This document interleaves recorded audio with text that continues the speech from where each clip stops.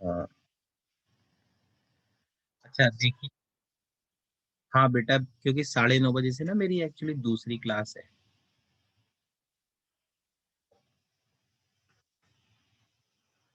अच्छा यार आप लोग वो जो डाउट क्लास होती है उसमें कोई आता ही नहीं सैटरडे संडे को।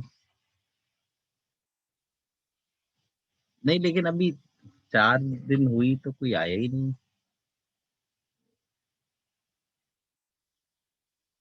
तो तुम लोग सब आउट ऑफ स्टेशन वाले हो क्या? अच्छा अच्छा अच्छा। मुझे लगा था कि शायद कोई यही वाला होगा। चलो एनीवेज, बस तो this is the last week. इस वीक में अपना कोर्स खत्म हो जाएगा। लेट अस स्टार्ट विद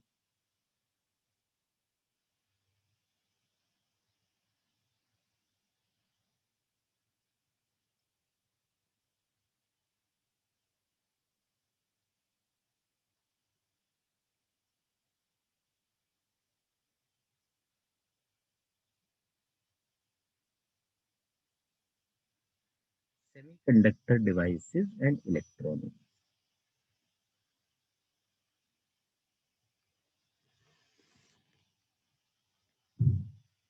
ठीक है।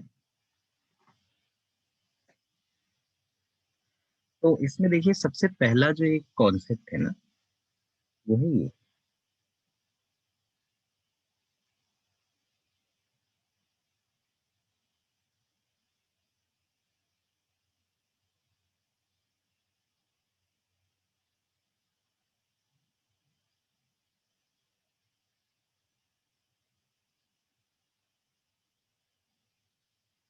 Energy bands in solids. अब एक बार मैंने आप लोगों को एक डायग्राम बनवाया था ये वाला भी।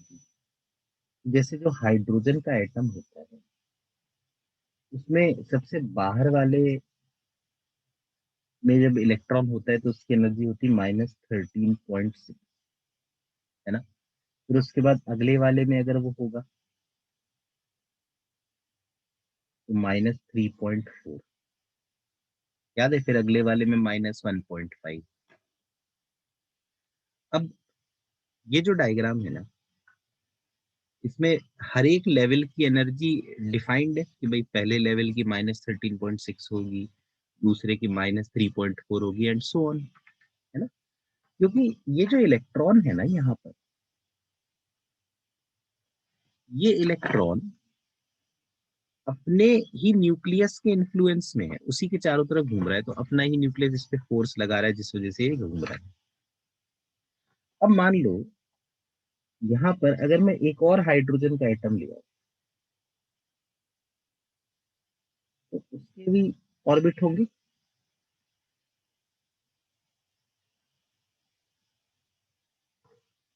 उसकी भी एनर्जी -13.6 ऐसे करके कुछ होगी।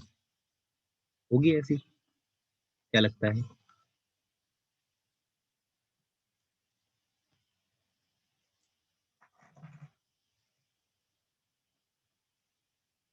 अब अगर मान लीजिए ये दोनों हाइड्रोजन के एटम बिल्कुल एक दूसरे के पास आ जाएं, तो कोई भी एक इलेक्ट्रॉन, जैसे ये वाला, ये अपने न्यूक्लियस के इन्फ्लुएंस में तो होगा ही, साथ साथ ना बगल वाले के न्यूक्लियस के इन्फ्लुएंस में भी आ सकता है। मतलब अब इस इलेक्ट्रॉन पर ये वाला न्यूक्लियस भी फोर्स लगाएगा और दूसरा वाला न्यूक्लियस भी फोर्स लगाएगा। तो ऐसे में क्या हम ये कह सकते हैं कि इसकी एनर्जी एग्जैक्टली 13.6 होगी? हो सकता है उससे थोड़ी ज्यादा हो जाए, हो सकता है कम हो जाए। क्योंकि मतलब जो पूरा एनर्जी लेवल डिफाइन है वो तो सिर्फ उसके लिए है ना कि अपने न्यूक्लियस में घूम रहा है।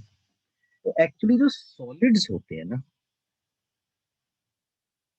सॉलिड्स में ही ये प्रॉब्लम होती है, क्योंकि सॉलिड्स में जो एटम्स होते हैं वो इतने क्लोजली पैक्ड होते हैं कि कोई एक इलेक्ट्रॉन एक साथ कई सारे न्यूक्लियस के इन्फ्लुएंस में आ जाता है, जिस वजह से किसी भी एक ऑर्बिट की एनर्जी एग्जैक्टली वेल डिफाइंड नहीं होती। तो वो ये कहते हैं कि मान लो आउटर मोस्ट ऑर्बिट में एक इलेक्ट्रॉन है जिसकी वैसे एनर्जी -13.6 होती, सपोज, ठीक है। अब सॉलिड्स में एटम्स के एक साथ बहुत पास आने की वजह से हो सकता है कि -13.6 से थोड़ा सा बढ़ के -13.59 हो जाए। ऐसा नहीं कि बहुत ज्यादा डिफरेंस आएगा, पर बहुत कम हल्का सा डिफरेंस आ सकता है। या हो सकता है और बढ़ के -13.58 हो जाए। या हो सकता है थोड़ा सा कम होके -13.61 हो जाए। या थोड़ा सा और कम होके -13.62 हो जाए। तो वी डोंट नो कि व्हाट विल हैपन। इसलिए हम कहते हैं कि instead of one energy level there will be a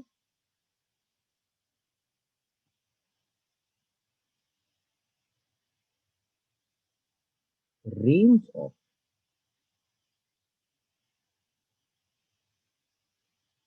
energy levels. Range of energy level, ये जो रेंज ऑफ एनर्जी लेवल्स होता है ना, अवेलेबल टू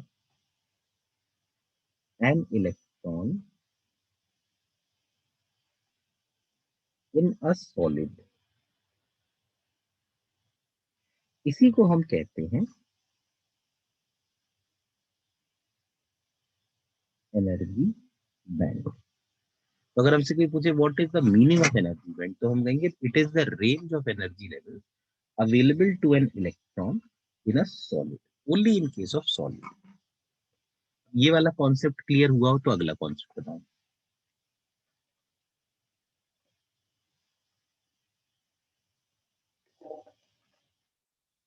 ठीक है ना? अब देखो,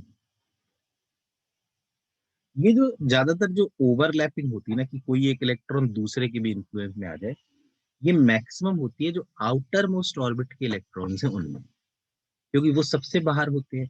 तो सबसे ज्यादा चांस इसी बात के हैं कि वही आ जाए। इसलिए क्या होता है, एक हमने एनर्जी बैंड डिफाइन किया है जिसको हम कहते हैं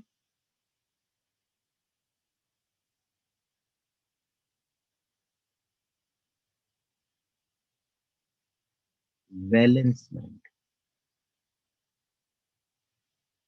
वैलेंस बैंड का मतलब है it is the range of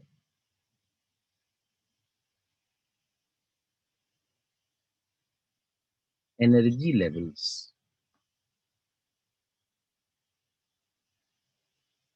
available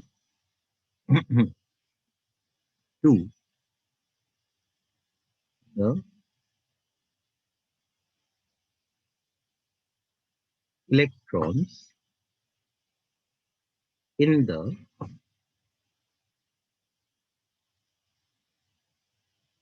outermost orbit। जो भी इलेक्ट्रॉन्स आउटर मोस्ट ऑर्बिट में हैं, उनकी जो भी एनर्जी होगी, उस एनर्जी के लेवल्स को हमने कह दिया वैलेंस बैंड।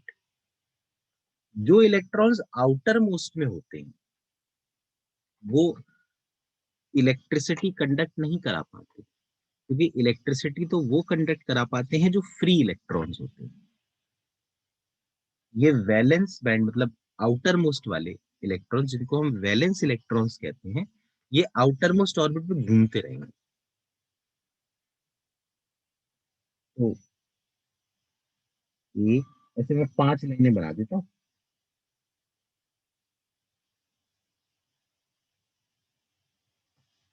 और मैं कह देता हूँ कि अ, ये 5 एनर्जी के लेवल्स हैं, और इलेक्ट्रॉन्स कोई यहाँ होगा, कोई यहाँ होगा, कोई हो सकता है इधर हो सकता है एक और इधर हो, फिर कोई इधर हो।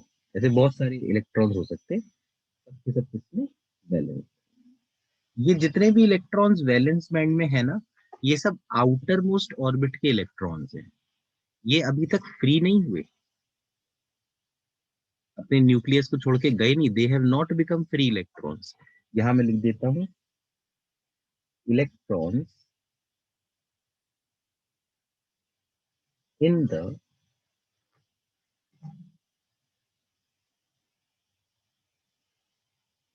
Valence band are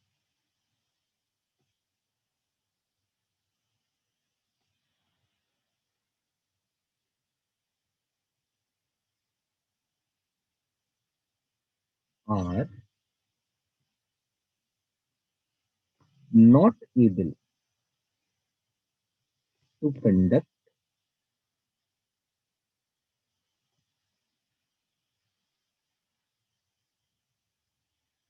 electricity. Electrons in the valence band are not able to conduct electricity.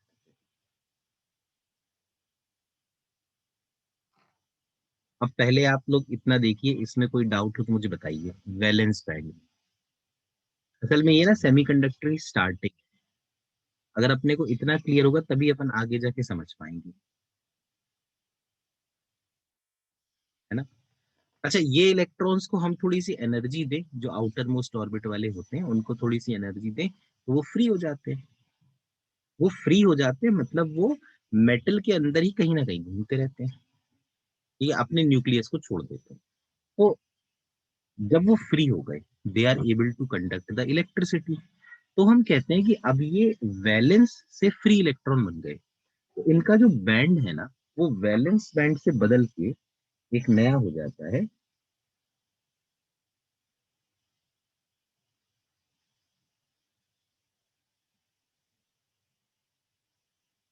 Conduction band.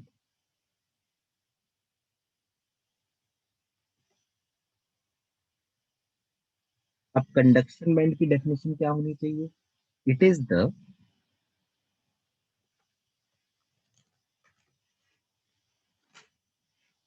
Range of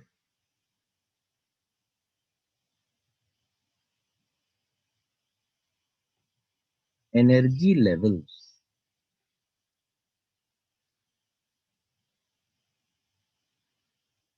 available to the,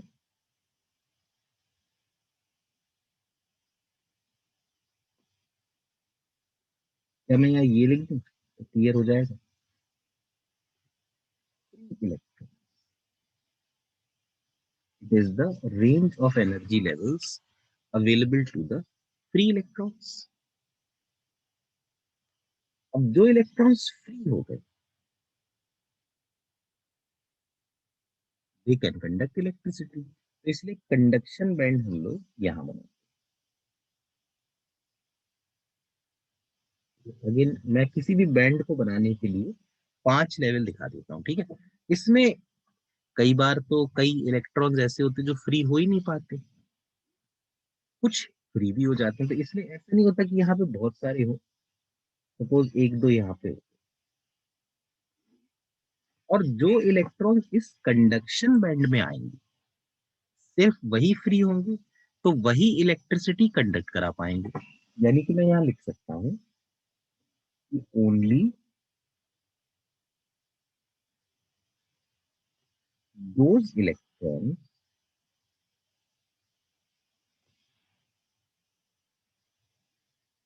which are in the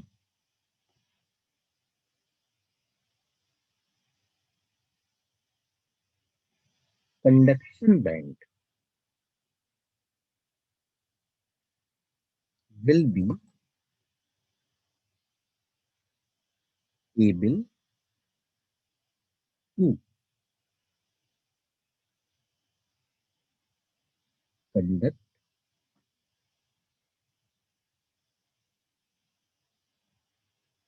electricity।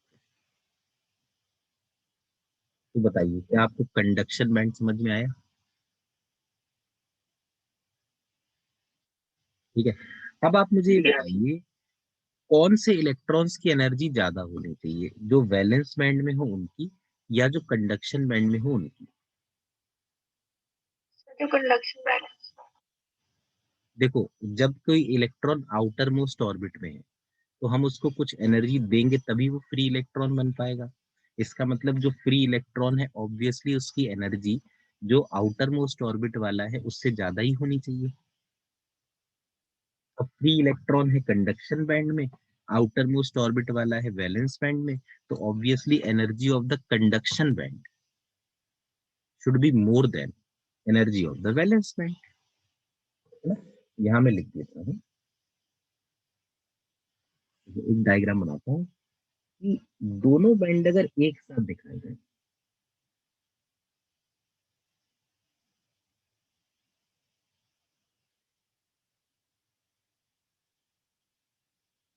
ये है conduction band,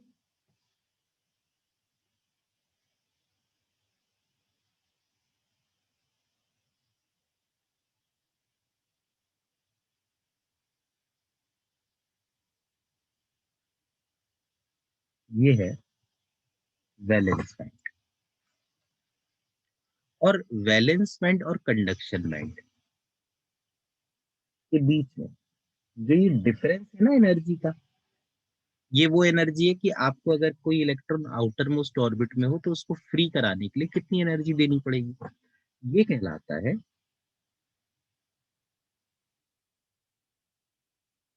energy gap.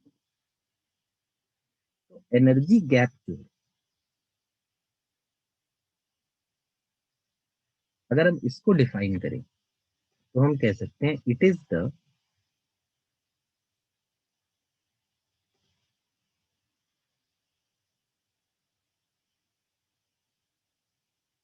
Minimum energy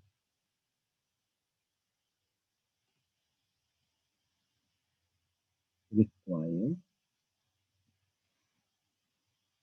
to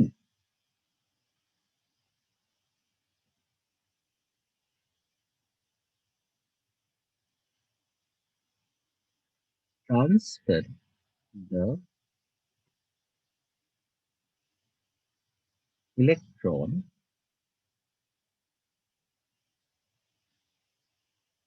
from the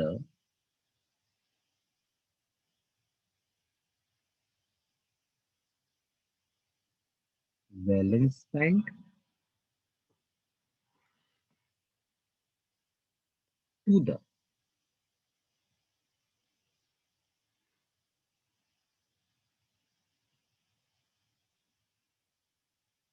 conduction, minimum energy required to transfer the electron from the valence band to the conduction band.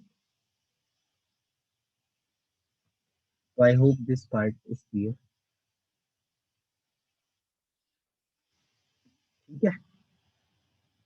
अब ये जो पूरी theory है ना, ये पूरी जो थ्योरी है, इस थ्योरी को कहते हैं बैंड थ्योरी। ये वैलेंस बैंड है, कंडक्शन बैंड है, एनर्जी गैप है। इस बैंड थ्योरी के बेसिस पे जो एलिमेंट्स हैं उनको तीन हिस्सों में बांटा गया, कंडक्टर्स, इंसुलेटर्स और सेमीकंडक्टर। ठीक है। तो यहाँ पे हम लिख देते हैं क्लासिफिकेशन,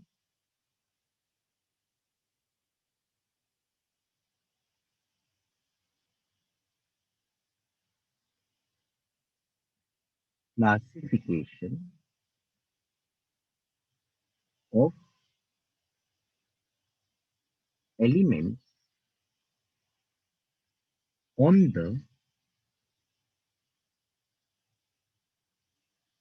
basis of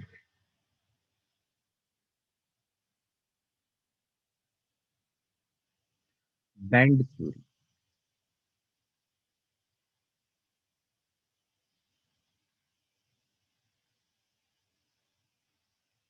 सबसे पहले आते हैं हम मेटल्स, कि आखिर मेटल्स क्या हैं? कुछ ऐसे एलिमेंट्स देखे गए जिनके लिए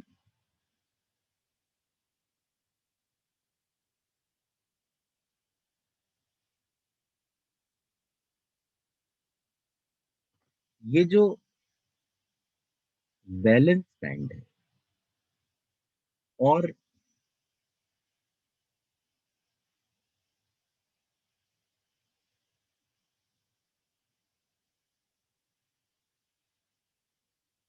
ये जो कंडक्शन बैंड है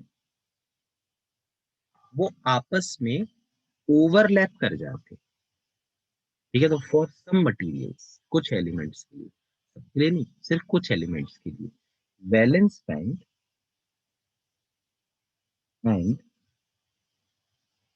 कंडक्शन बैंड ओवरलैप। अगर ओवरलैप कर गए तो आप ये सोचिए, वैलेंस बैंड का मतलब था कि कौन से इलेक्ट्रॉन्स आउटर मोस्ट ऑर्बिट में है। मान लो यहाँ पे कुछ इलेक्ट्रॉन्स हैं जो आउटर मोस्ट ऑर्बिट में हैं।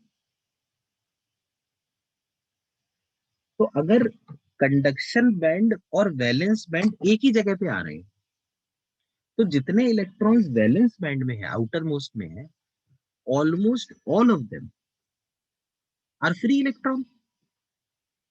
Almost all of them are able to conduct electricity. बताओ, क्या ये पॉइंट समझ में आया?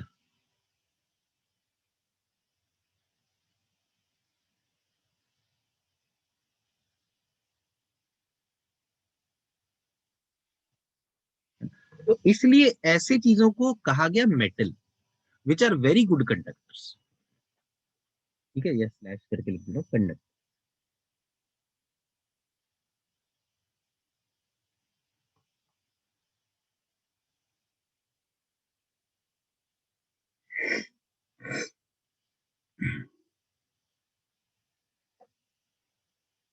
दूसरे एक हुए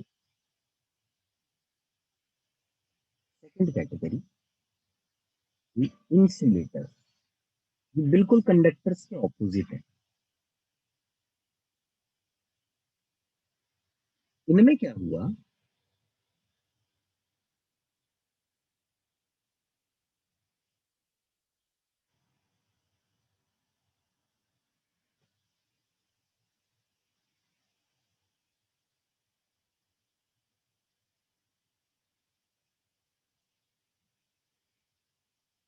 ये है वैलेंस बैंड, ये है कंडक्शन बैंड, और इनके बीच का जो गैप है, जिसको कि हम एनर्जी गैप कहते हैं, वो एक वैल्यू होती है पर्टिकुलर, 3 इलेक्ट्रॉन वोल्ट, उससे ज्यादा है। तो ऐसे में ये देखा गया कि जितने भी इलेक्ट्रॉन्स है ना आउटर मोस्ट ऑर्बिट वाले, वैसे तो सारे के सारे आउटर मोस्ट ऑर्बिट में ही रहते हैं, तो ये जो इलेक्ट्रॉन्स हैं, इन इलेक्ट्रॉन्स को हम कभी इतनी एनर्जी दे ही नहीं पाते कि वो इस वैलेंस बैंड से ऊपर कंडक्शन बैंड में पहुंच पाए।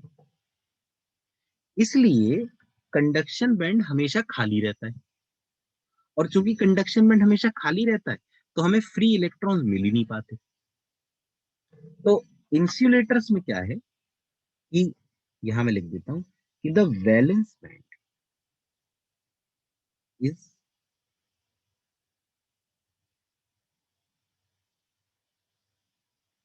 Completely filled. वैलेंस बैंड पूरी तरह से भरा हुआ है, और कंडक्शन बैंड जो है, इट इज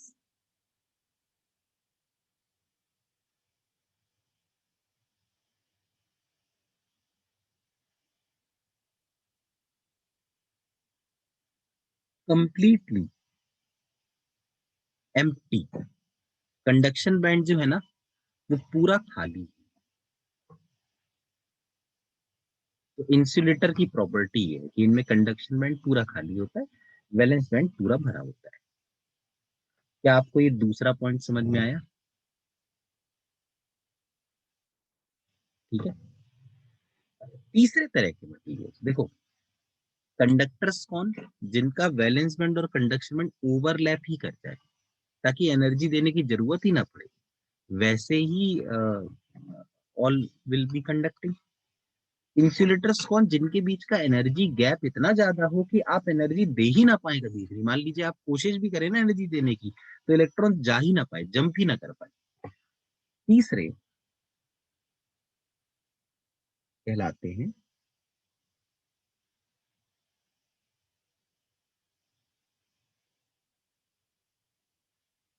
सेमीकंडक्टर्स।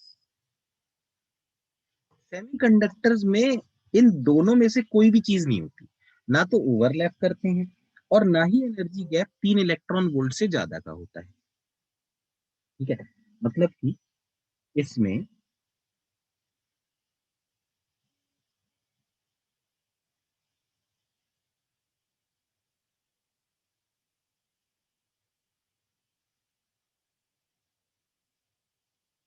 ये मैं दोनों बना देता हूँ।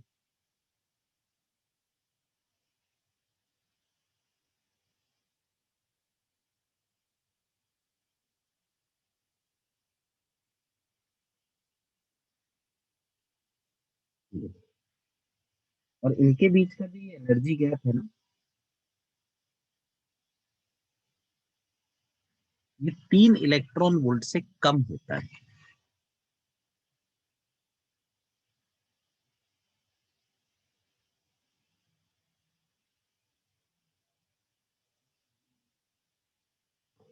3 इलेक्ट्रॉन वोल्ट से कम होने की वजह से वैसे तो शुरू में सारे इलेक्ट्रॉन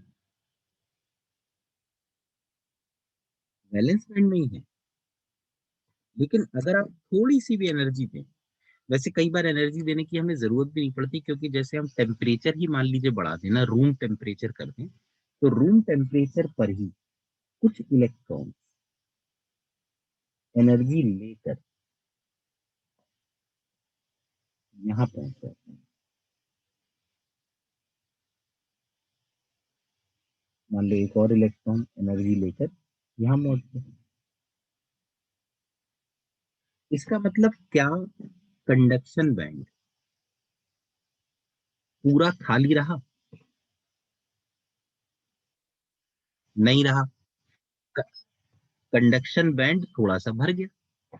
तो हम लोग सेमीकंडक्टर्स के लिए लिख सकते हैं कि the conduction band is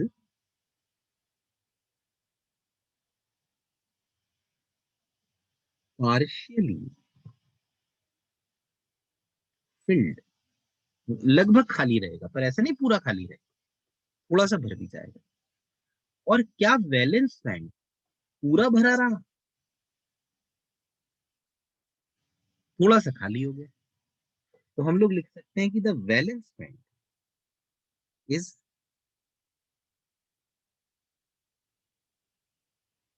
partially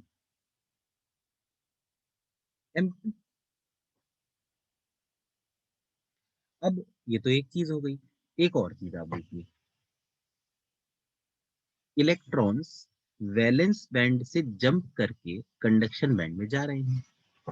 तो जहां पर पहले इलेक्ट्रॉन थे, वहां पर अब इलेक्ट्रॉन की डेफिशिएंसी क्रिएट हो गई, क्योंकि यहाँ पे इलेक्ट्रॉन को होना चाहिए था, नहीं हो पाया। यहाँ पे इस जगह पे भी इलेक्ट्रॉन को होना चाहिए था, नहीं हो पाया। तो ये जो डेफिशिएंसी है इलेक्ट्रॉन की, जो कि वैलेंस बैंड में क्रिएट हो रही है, इस डेफिशिएंसी को हम कहते हैं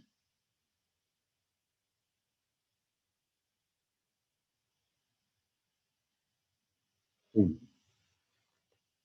तो हम ये लिख सकते हैं कि when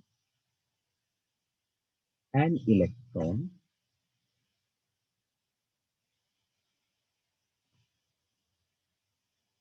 goes from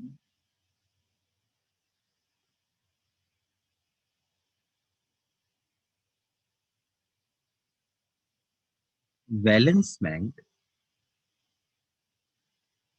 to the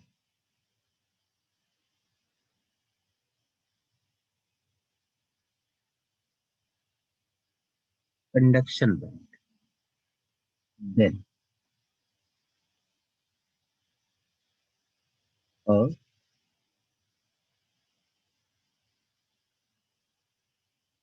deficiency of electron is created in the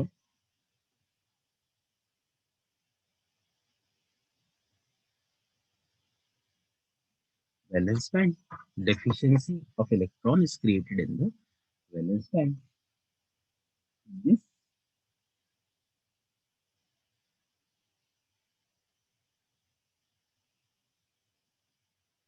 deficiency of electron in the valence band, ठीक है, ये जरूर है कि किसमें क्रिएट हुई. This deficiency of electron in the valence band is called,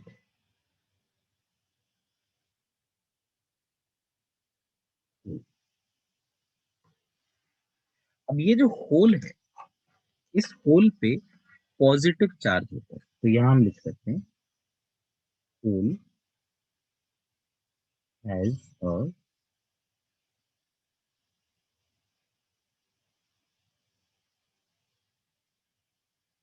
positive charge. Hole पर positive charge.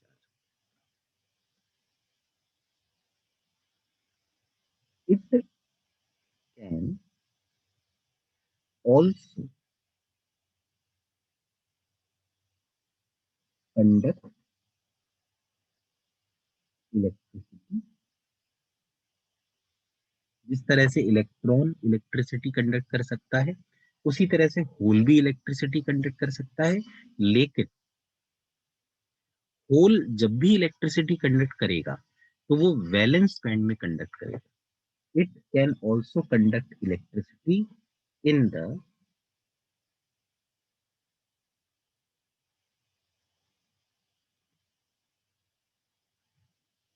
Valence band.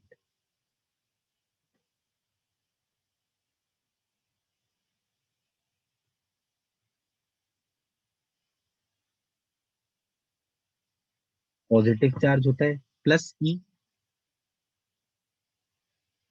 और होल की जो मोबिलिटी है ना, एक टर्म होता था mobility. Mobility of whole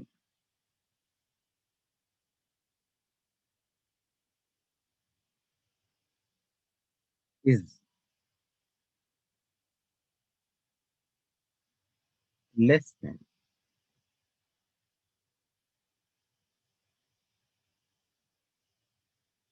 mobility of electron. Hole की मोबिलिटी इलेक्ट्रॉन की मोबिलिटी से कम होती है. तो क्या आपको होल की प्रॉपर्टीज क्लियर हुई?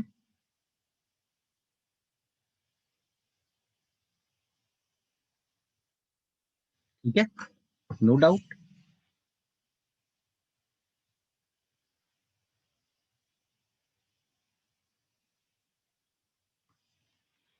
तो जो टॉपिक बेसिकली हमें पढ़ना है वो सेमीकंडक्टर्स पढ़ना है, ना तो हमें इंसुलेटर्स पढ़ना है, ना ही हमें कंडक्टर्स पढ़ना है. हमें पढ़ना है सेमीकंडक्टर. तो सेमीकंडक्टर्स जो होते हैं बिल्कुल बेसिक, उनका नाम होता है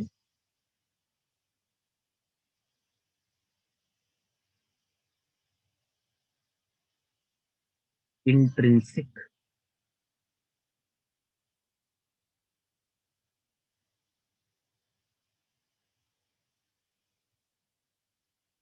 सेमीकंडक्टर्स.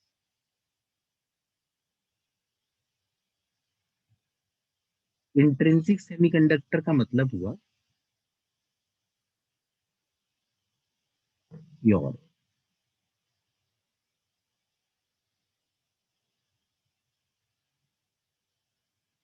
सेमीकंडक्टर. Pure semiconductor. ये जो इंट्रिंसिक सेमीकंडक्टर, जैसे दो होते हैं, जो ग्रुप 4 होता है उसमें सिलिकॉन और जर्मेनियम. ठीक है, अब अगर मैं सिलिकॉन की बात करूं, तो सिलिकॉन के पास जो 4 इलेक्ट्रॉन हैं आउटर मोस्ट ऑर्बिट में, क्योंकि आउटर मोस्ट ऑर्बिट में है तो उनको हम वैलेंस इलेक्ट्रॉन्स ही कहेंगे.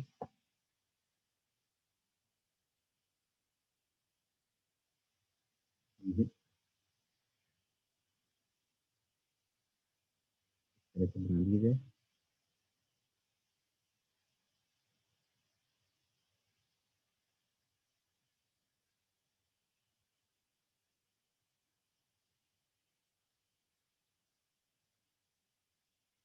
मैं हमेशा इलेक्ट्रॉन्स को बनाऊंगा रेड कलर से, होल्स को जब भी बनाऊंगा तो ग्रीन कलर से।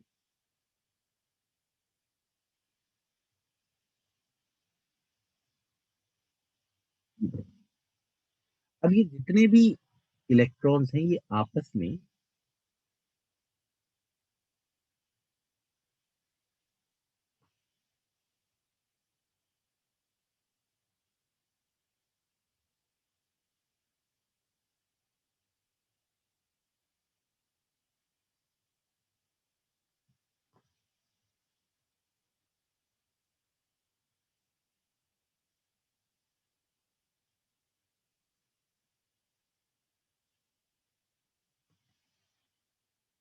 कोवेलेंट बॉन्डिंग कर रहे हैं,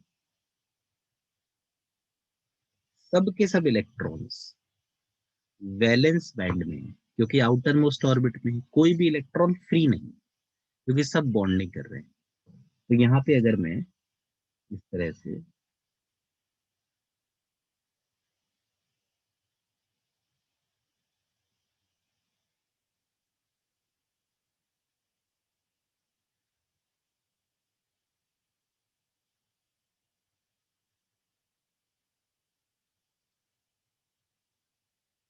वैलेंस बैंड और कंडक्शन बैंड बना दूं, तो ये जितने भी इलेक्ट्रॉन्स हैं ये सब वैलेंस बैंड में प्रेजेंट है।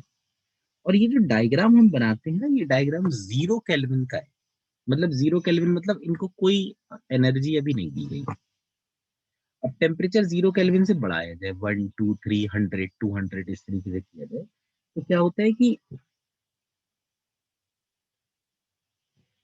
सपोज ये वाला बॉन्ड है, ये एक एक बॉन्ड की बात करते हैं, ये वाला,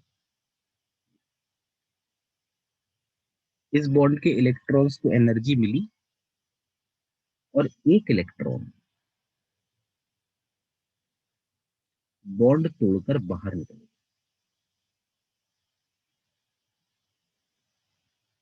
तो जो इलेक्ट्रॉन बॉन्ड तोड़कर बाहर निकला वो हो गया फ्री इलेक्ट्रॉन। अब उसको यहाँ पे ऐसे दिखाया जा सकता है कि इनमें से एक इलेक्ट्रॉन वैलेंस बैंड से कंडक्शन बैंड में पहुंच गया, और जब ये बॉन्ड तोड़ के बाहर निकला तो यहाँ पर एक इलेक्ट्रॉन की डेफिशिएंसी क्रिएट हो गई। उसी किसके अंदर क्रिएट हुई, बॉन्ड के अंदर डेफिशिएंसी क्रिएट हो गई, अदरवाइज बॉन्ड कंप्लीट हो जाता। इस ग्रीन कलर की जो डेफिशिएंसी है इसको कहा जाता है होल। तो आप ये देख सकते हैं कि वैलेंस बैंड के अंदर एक होल आया और कंडक्शन बैंड के अंदर एक इलेक्ट्रॉन। अब ये जो इलेक्ट्रॉन बाहर निकला है, ये वाला, ये तो फ्री है, कहीं भी जा सकता है, it is free to move. अब ये जो होल है ये बॉन्ड के जो अंदर है, ये होल भी चल सकता है। देखिए कैसे, सपोज इसके पास इलेक्ट्रॉन की कमी है, होल का मतलब यही हुआ, तो हो सकता है बगल वाला जो सिलिकन है, इस सिलिकन से जो इलेक्ट्रॉन है ये वाला जो कि अपने इसके बॉन्ड में था, ये इस खाली जगह को भरने के लिए आ जाए। अगर ये वाला सिलिकन खाली जगह को भरने के लिए आ गया तो जो डेफिशिएंसी है वो यहाँ पे आ गई, मतलब होल अपनी जगह से चला। अब फिर जो सिलिकन है इसके बगल वाला, हो सकता है वो ये सोचे कि मैं इस डेफिशिएंसी को भर देता हूँ, तो उसने अपने इलेक्ट्रॉन यहाँ दे दिया, तो फिर ये होल यहाँ पहुंच गया। इसके बाद ये वाला जो सिलिकन है,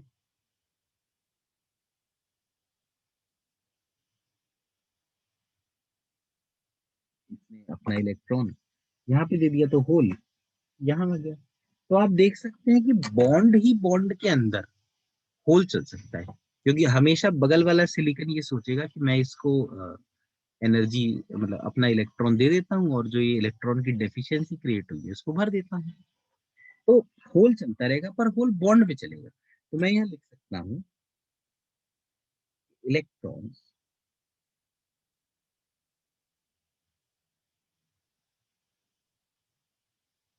conduct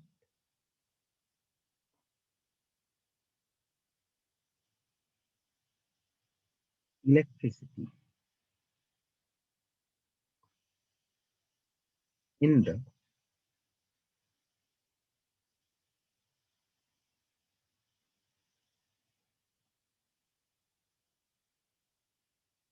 conduction band. Electrons conduct electricity in the conduction band, while hole जो बॉन्ड के अंदर चल रहा है conduct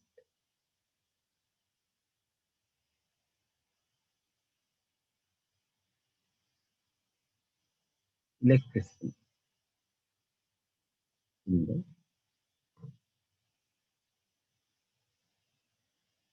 balance.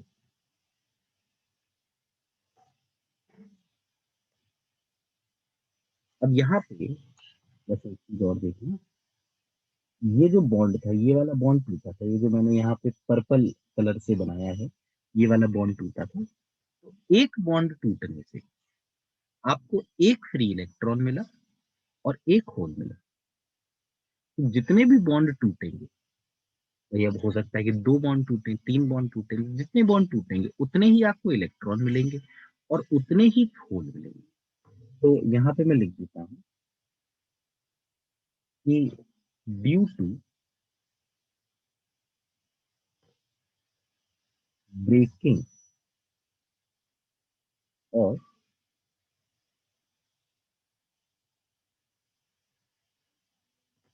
Covalent bonds,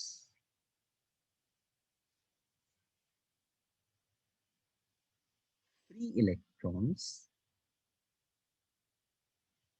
and holes are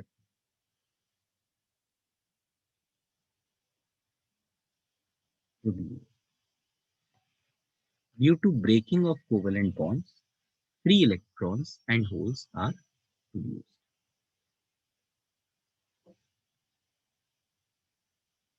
तो हमेशा आप देखिए मान लीजिए पांच बॉन्ड टूटे तो पांच ही फ्री इलेक्ट्रॉन मिले और पांच ही होल मिले, तो इसलिए नंबर ऑफ इलेक्ट्रॉन और नंबर ऑफ होल हमेशा सेम होना चाहिए इस केस में। तो इंट्रिंसिक सेमीकंडक्टर के लिए number of electrons number of holes ये दोनों ही एन आई के बराबर हो। एन आई, ये जो एन आई है ना इसको हम कह देते हैं कि number of charge carriers of one type, किसी एक तरह के number of charge carriers in the intrinsic semiconductor, number of charge carriers in the intrinsic semiconductor.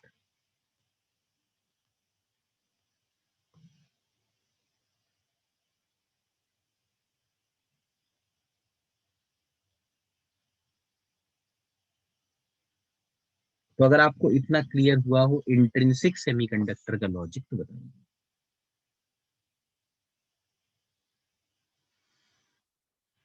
ठीक है।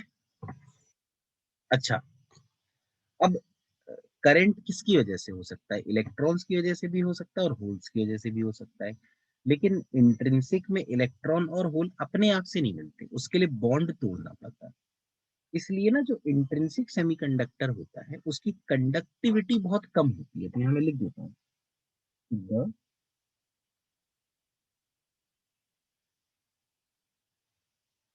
कंडक्टिविटी ऑफ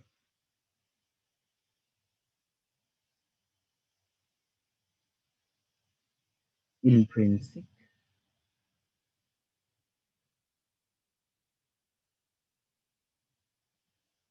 सेमीकंडक्टर इज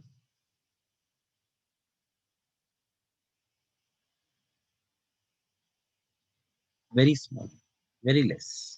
क्योंकि इलेक्ट्रॉन्स और होल्स कम है। अगर आप कंडक्टिविटी बढ़ाना चाहते हैं तो या तो आपको इलेक्ट्रॉन्स का नंबर बढ़ाना पड़ेगा या फिर आपको होल्स का नंबर बढ़ाना पड़ेगा। तो ये जो इलेक्ट्रॉन्स या होल्स का नंबर बढ़ाने की जो प्रोसेस है, इस प्रोसेस को हम कहते हैं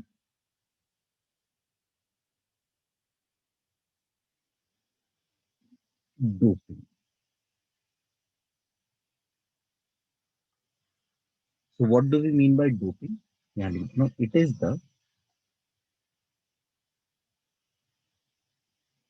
process of increasing the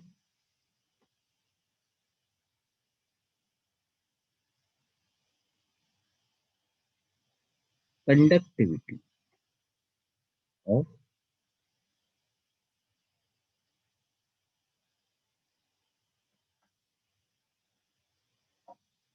an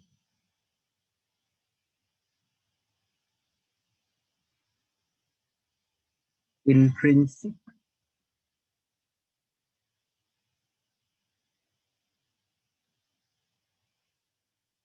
semiconductor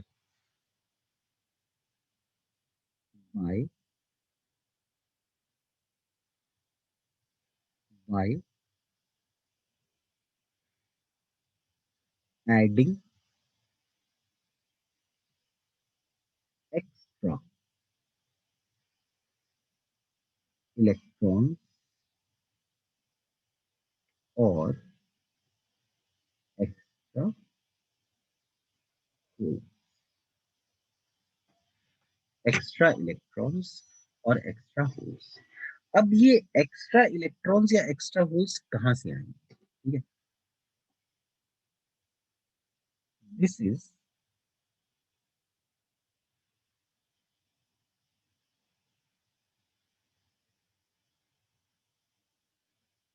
accomplished by,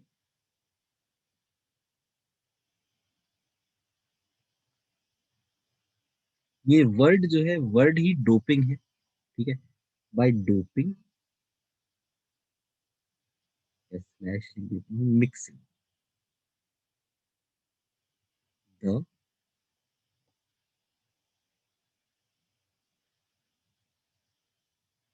intrinsic semiconductor with a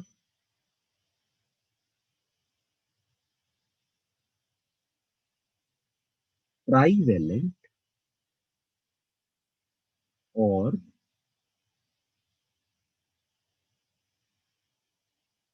pentavalent। Trivalent मतलब जिसमें लास्ट शेल में 3 इलेक्ट्रॉन्स हो। पेंटावेलेंट मतलब जिसमें लास्ट शेल में 5 इलेक्ट्रॉन।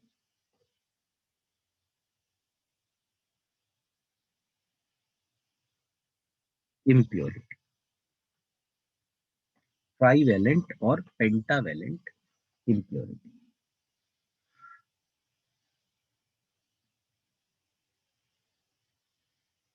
आफ्टर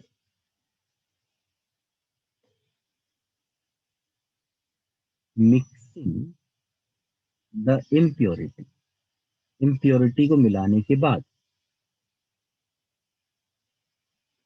द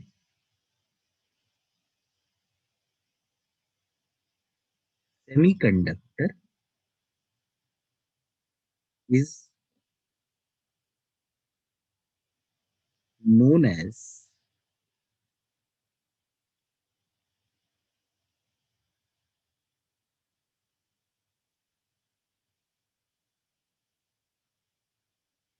extrinsic,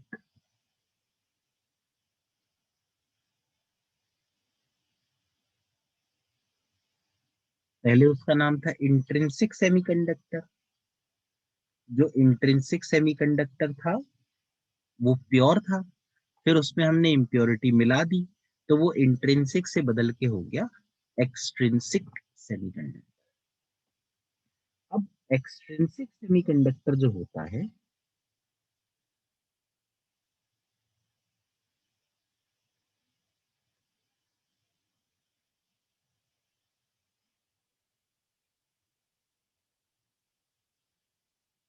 ये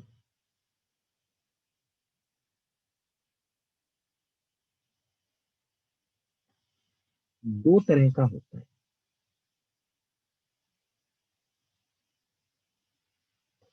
एक होता है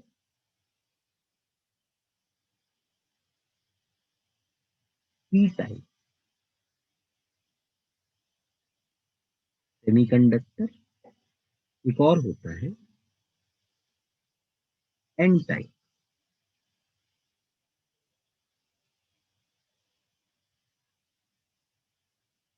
सेमीकंडक्टर। ठीक है? तो मेरे ख्याल में ना एक्चुअली पी टाइप या एन टाइप दोनों में से कोई भी ना 5 मिनट में 10 मिनट में खत्म हो नहीं पाएगा। तो यहीं पे इसको आज छोड़ देते हैं, ठीक है? कल की जो क्लास होगी ना, कल तो हमारी नॉर्मल 2 घंटे की क्लास होती है, तो कल से हम शुरू करेंगे, ठीक है? एन टाइप और पी टाइप,